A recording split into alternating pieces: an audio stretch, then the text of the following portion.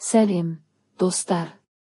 Бүгін біз көбіміз мән бермейтін, бірақ өте пайдалы әдет, таңертең бір стакан сүт ішу туралы сөйлесеміз.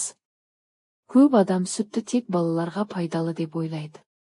Алайда таңертеңгі аш қарынға ішілген бір стакан сүт ағза үшін нағыз табиғи қуат көзі екенін білесіз бе? Осы видеода сүттің таңертеңгі пайдасын, денеге әсерін және қандай жағдайда сүт ішпеу керек екенін айтып өтеміз. Толық көруге кеңес берем, сіз білмеген пайдалы ақпараттар бар. Бір бөлім, сүттің құрамында не бар? Сүт бұл нағыз табиғи коктейль. Кальций сүйек пен тісті қатайтады. Ақуыз бұлшық етті нығайтады. 12 дәрумені қан түзу процесіне көмектеседі. Дәрумені иммунитетті күшейтеді.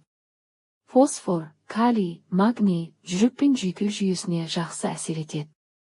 Яғни, таңертең ішілген бір стакан сүт ағзаны барлық қажетті дәруменмен қамтамасыз етеді.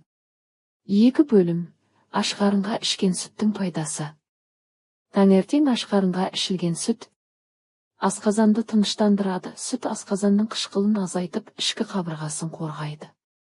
Ұйқыдан кейін ағзаны қалпына келтіреді, әсіресе түнде аш болған организмге бұл пайдалы. Энергия береді. Сүттің табиғи қанттары, лактоза, күні бойғы белсенділікке көмектеседі. Салмақты бақылауға көмектеседі, ұзақ уақыт тоқтық сезімін береді.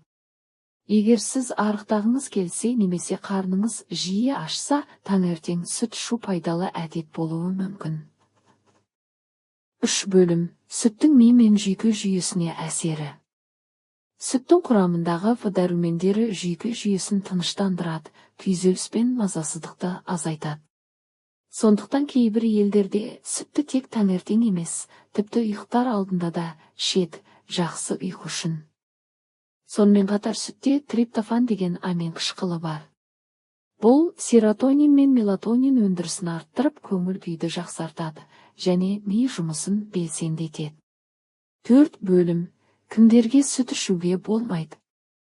Әрине, сүттің пайдасы көп. Бірақ кейбір адамдарға сүт зиян болуы мүмкін.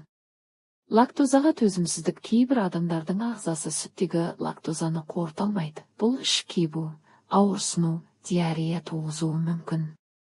Аллергиясы бар адамдар, сүт ақуызына аллергиясы бар жандарға мүлде болмайды.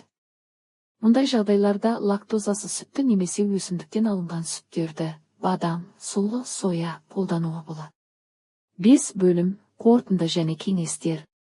Сонымен таңертең бір стакан сүт ішу өте қарапайым, бірақ әсері зор денсаулық әдеті.